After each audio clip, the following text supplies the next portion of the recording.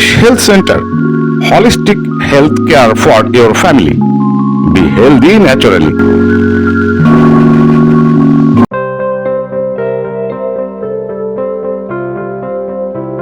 পায়ের উপরে এরকম ভাবে দাঁড়ানো, আঙুলের উপরে আবার আস্তে করে ছেড়ে দেয়া, আবার সোজা হওয়া, আবার ছেড়ে দেওয়া। কিন্তু আমাদের যে কাফ মাসেল যেটা আছে এটা খুব শক্তিশালী হয়।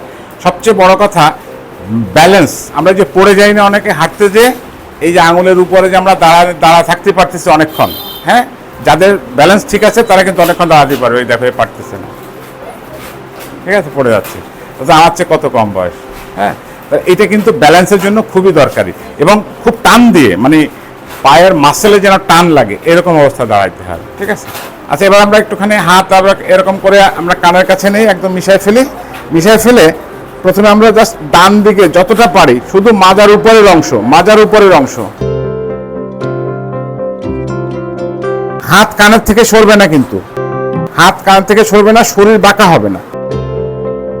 আবার শ্বাস নিতে নিতে সোজা হয়ে যাব, আবার আস্তে আস্তে বাঁ দিক। ম্যাক্সিমাম জায়গায় যখন আমরা যেতে পারবো ওই জায়গায় যেয়ে স্বাভাবিকভাবে শ্বাস নেব, ঠিক আছে, এবং কিছুক্ষণ ওখানে থাকবো।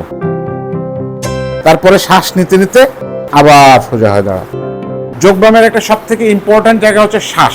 যদি শ্বাসের সাথে মুভমেন্টটা ঠিক না থাকে তাহলে যোগব্যায়াম করে ফলাফল পাওয়া যায় না। আর যোগব্যায়াম করলে কি হবে, আমার মতো এরকম 62 বছর বয়সেও এরকম ইয়াং থাকা যাবে। আমি এখনো 18 ঘন্টা কাজ করি, কোনো ক্লান্তি নাই আমার। পারবো 18 ঘন্টা কাজ করতে একটা না, সকাল থেকে শুরু করে রাত 1টা পর্যন্ত। কে কি করো তোমরা, কে কি করো? সব স্টুডেন্ট। ওকে, ফাইন। আচ্ছা, ঠিক আছে, আমরা একটা ফ্রি হ্যান্ড এক্সারসাইজ করি। জাস্ট এই আমরা হাতটাকে এইভাবে নেই, নেওয়ার পরে এইভাবে একটা হ্যাচকা দিয়ে আমি ডান দিকে ঘুরবো, কিন্তু আমার হাতের যে দূরত্বটা ছিল সেটা কিন্তু ঠিক থাকবে। যতটা পারি ঘুরে যাব, আবার সামনে আসবো, আবার পিছনে যাব, আবার সামনে আসবো, আবার সামনে আসবো, আবার। আচ্ছা, এটা মাজা ব্যথার জন্য কিন্তু খুব ভালো। যারা এই সাইডে চর্বি কমাইতে চায়, এই সাইডে চর্বি যারা কমাইতে চায়, বিশেষ করে মেয়েদের এই সাইডে চর্বি হয় বেশি, তাহলে আমরা কি করবো, এই যে একটা গ্যাপ রাখলাম, চাইলে এটা মিশাও নেওয়া যেতে পারে, অসুবিধা নাই, কিন্তু খেয়াল রাখতে হবে যে এটা কিন্তু সরবে না, হ্যাঁ। এই খালি মাজার উপরের অংশ, মাঝখানে, আবার ডাইনে, আবার মাঝখানে, আবার বাঁয়ে, আবার মাঝখানে, আবার ডাইনে, আবার। দেন সাইড টুইস্টিং আর একটা এক্সারসাইজ করি আমরা। এই একটা মোটামুটি 1 ফুট মতো ফাঁকা করি আমরা। করার পরে একটা হাত তুলব, কানের সাথে একদম মিশায়, সোজা করে কানের সাথে মিশায়। এইবার আস্তে আস্তে এইদিকে কাত হবো, এই হাতটা নিচে নামতে থাকবে, কিন্তু হাঁটু ভাঙবে না, হাত কানের থেকে সরবে না, হাঁটু ভাঙবে না, যতটা পারা যায়। এই সাইডে খুব টান লাগবে, হ্যাঁ, খুব টান লাগবে। টান লাগা মানে হচ্ছে ওখানকার চর্বি কমতে থাকা। দেন শ্বাস নিতে নিতে আবার সোজা হয়ে গেলাম। এবার আবার এটা নামায় ফেলি। এবার আবার যোগব্যায়ামে তাড়াহুড়া করা যাবে না, ধীরে সুস্থে এই সোজা করে কানের সাথে মিশালাম। একটা জোরে শ্বাস নিব, শ্বাস ছাড়তে আবার এদিকে সবটুকু শ্বাস ছাড়া হয়ে যাবে, আমিও আমার লাস্ট পজিশনে পৌঁছে যাব। এইবারে হচ্ছে স্বাভাবিক শ্বাস নিব, বেশ কিছুক্ষণ ধরে রাখবো। চেষ্টা করবো যে কত বেশি টান দেওয়া যায়, কত বেশি টান এই জায়গায় লাগে। শ্বাস নিতে নিতে আবার সোজা হয়ে যাব। এবার আমরা বসে একটা প্রাণায়াম করে শেষ করে দেবো আজকে, যেহেতু দুপুর বেলায় অনেক টায়ার্ড। আচ্ছা, এইটাকে বলে ব্রিদিং এক্সারসাইজ। এইটা গতবার যখন করোনা হয়েছিল তখন ডাক্তাররা বলছিল করোনা সবচেয়ে বেশি কোথায় আক্রমণ করে জানা আছে? ফুসফুসে। এবং মানুষ মারা যায় কিন্তু শ্বাসকষ্টে, ফুসফুসকে ড্যামেজ করে দেয়। তাহলে করোনা থেকে বাঁচার জন্য একমাত্র উপায় হচ্ছে ফুসফুসকে শক্তিশালী করা। এই যে সবাই অক্সিজেন দিতে হতো, তাই না? কারণ সাফিসিয়েন্ট অক্সিজেন নিতে পারতো না। আমরা কিন্তু স্বাভাবিকভাবে ফুসফুস ভরে কখনো শ্বাস নেই না, আমরা ছোট ছোট শ্বাস নেই, এরকম করে শ্বাস নেই। কিন্তু ফুসফুস হচ্ছে একটা বেলুনের মতো। এই ফুসফুসের ব্যায়াম করার জন্য শ্বাসের ব্যায়াম আছে, যেটাকে ব্রিদিং এক্সারসাইজ বলে, যোগের ভাষায় বলে প্রাণায়াম। কারণ শ্বাস মানে হচ্ছে প্রাণ।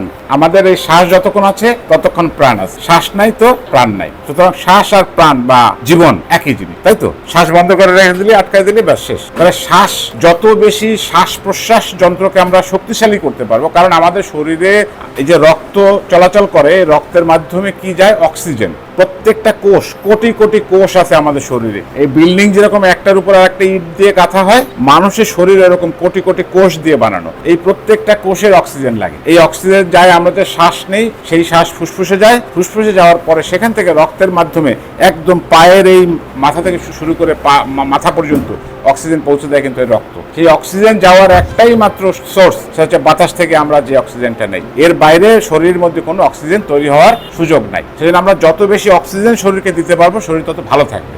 এজন্য অনেক ধরনের শ্বাসের ব্যায়াম আছে। আমরা শুধু একটা শ্বাসের ব্যায়াম আজকে করব, এটাকে বলে আনুলোম বিলোম। অনেকে আছে না এক নাক বন্ধ এক নাক খোলা থাকে, আছে না অনেকের, এবং নাক বন্ধ থাকলে মাথা ব্যথা করে, যে পাশে নাক বন্ধ সেই পাশে মাথা ব্যথা করে, সাইনাস বা মাইগ্রেনের সমস্যা আমরা যেটাকে বলি, এইসব জায়গা দিয়ে ব্যথা করে, আছে অনেকের, এরকম হয়। আচ্ছা, তো সেটা হচ্ছে আমরা আনুলোম বিলোমের জন্য আমাদেরকে যেটা করতে হবে সেটা হলো যে এই আঙুল দুটোকে বন্ধ করে রাখতে হবে, এইভাবে হাতটাকে ধরতে হবে। ডান হাতটাকে আমি মাঝখানে দুইটা আঙুলকে বন্ধ করে দিলাম, এই দুইটা মিশিয়ে রাখলাম, বুড়ো আঙুলটা খোলা থাকলো। হচ্ছে সবার? এই তো ফাইন, এই ছেলে ভালো পারে। এইবার আমি ডান নাকটা বন্ধ করব, ডান নাকটা টোটালি বন্ধ করতে হবে বুড়ো আঙুল দিয়ে, দিয়ে আমি বাঁ নাক দিয়ে একদম ফুসফুস ভরে শ্বাস নিব, যতটা পারি বুক পেট ভরে নিলাম। নেয়ার পরে এবার এই আঙ্গুল দিয়ে এই নাকটাকে ঠেসে ধরবো, দিয়ে ডান নাক দিয়ে আমি শ্বাস ছাড়বো। আমি কিন্তু বাম নাক দিয়ে নিছিলাম, নিয়ে এবার ডান নাক দিয়ে আমি পুরো শ্বাসটা মানে সারার সময় একদম সবটুকু বের করে দিতে হবে। বেলুন যেরকম চুপসে যায় ওরকম চুপসে যাবে, আবার বেলুন যেরকম ফুলে ওঠে ওরকম ফুলে উঠতে হবে। বোঝা গেছে? তারপর আমরা প্রথমে কি করলাম, বাঁ নাক দিয়ে নিলাম, তারপর ডান নাক দিয়ে ছাড়লাম, এই ছাড়লাম, এবার আবার ডান নাক দিয়ে নিব। নেওয়ার পরে পুরা নেওয়া হয়ে গেলে ডান নাকটা বুড়ো আঙুল দিয়ে বন্ধ করে দিব, দিয়ে এই নাক ছেড়ে দিব, দিয়ে এরকম আমরা কয়েকবার করি। তো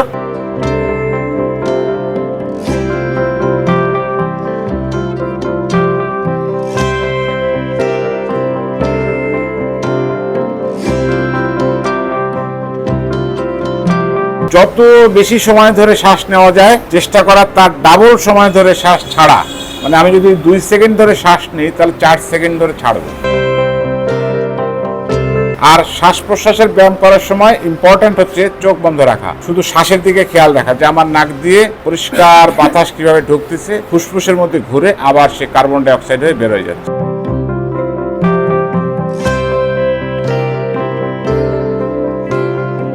শরীর এরকম হয়ে যাবে না কিন্তু, হ্যাঁ, শ্বাস ছাড়ার শরীর সোজা থাকবে।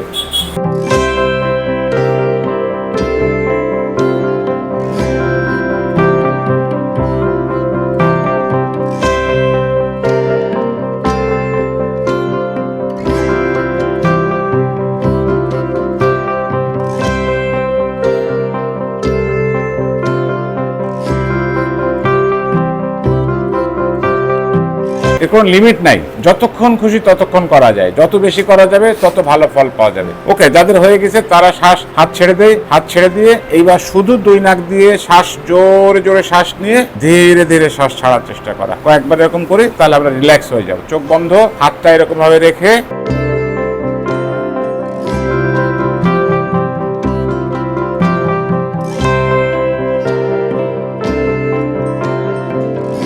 নাক দিয়ে আবার ছেড়ে দেব, কিন্তু ধীরে ধীরে, খুব ধীরে ধীরে।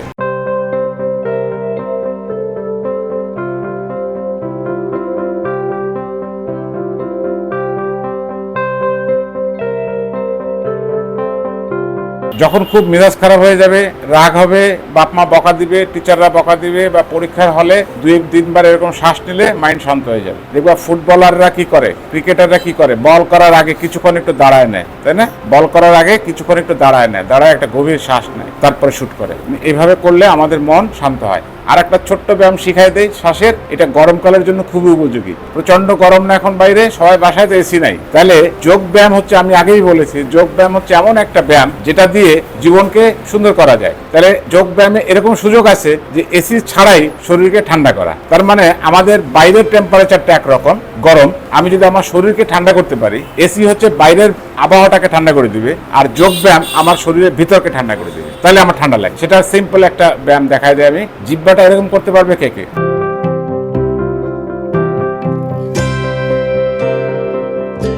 এখন গোল গোল, মাঝখানে ছিদ্র, হচ্ছে একটা জিনিস খেয়াল করে তোমরা, এখানে সায়েন্সে কেউ আছো, সায়েন্স পড়া এরকম কেউ আছো, দেখবা তুমি তোমার হাতে এখনই টেস্ট করো, এরকম করে শ্বাস ছাড়ো, গরম লাগে না? এইবার ঠান্ডা না? একই মুখ একই হাত, তার মানে আমরা বাতাসকে যখন সরুভাবে প্রবাহিত করি তখন বাতাসের তাপমাত্রা কমে যায়, ঠান্ডা হয়ে যায়, তাই তো? দেখো, আর ঠান্ডা না? আমরা কেউ পুড়ে গেলে কোথাও কি করি, তাদের একটু ফু দিয়ে দিই, তাই না? জায়গাটা ঠান্ডা হয় না, আসলে ঠান্ডা হয়। তো এইভাবে জিহ্বা ইয়ে করে আমরা যদি ঠান্ডা বাতাস নেই, তার মানে বাতাস ঠান্ডা হয়ে যাবে। বাতাস যতই গরম থাকুক না কেন, আমি যদি তাকে সরু নলের মধ্যে দিয়ে প্রবাহিত করি তাহলে সে ঠান্ডা হয়ে যাবে। এটা হচ্ছে বিজ্ঞানের ফর্মুলা, ঠিক আছে? তাহলে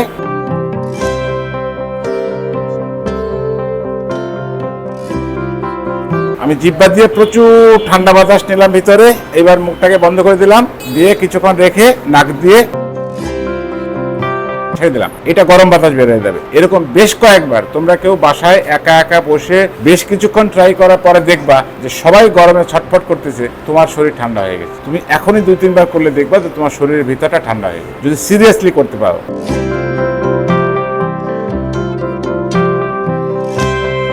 প্রচুর বাতাস নিতে হবে, নিয়ে মুখ বন্ধ করে রাখতে হবে, বন্ধ করে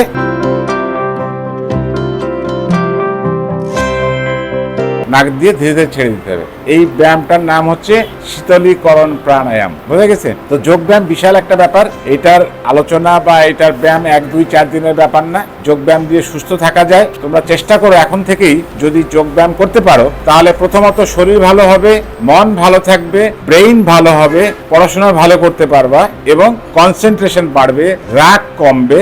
এই যে মারামারি হয় না লোকজনের, বন্ধু বান্ধবের মধ্যে ভুল বোঝাবুঝি, এর মূলে কিন্তু রাগ, মাথা গরম হয়ে যায়, ঠিক আছে? ওই যে একজনের ঘুম এসে যায়, তার মানে অল্প একটু সময় সে এক্সারসাইজ করে এই গরমের মধ্যে সে কুল হয়ে গেছে, ঠান্ডা লাগছে, মানে তার ঘুম আসছে, এত কমফোর্ট। হ্যাঁ, সুতরাং বাসায় এরকম ভাবে যদি তোমরা প্র্যাকটিস করো দেখবে যে অনেক ভালো থাকতে পারবা। থ্যাংক ইউ ভেরি মাচ সবাইকে আজকে এখানে আসার জন্য। আমাদের জায়গা কম বলে আমরা সবাইকে অ্যাকোমোডেশন দিতে পারলাম না, তোমাদের বয়স কম, এই জন্য তোমরা হয়তো ব্যাপারটা কত সিরিয়াসলি নাও নাই, বাট 2-1 জন দেখলাম এখানে খুব ইন্টারেস্টেড এবং এরা আমার মনে হয় যে ভালো করবে। থ্যাংক ইউ ভেরি মাচ সবাইকে।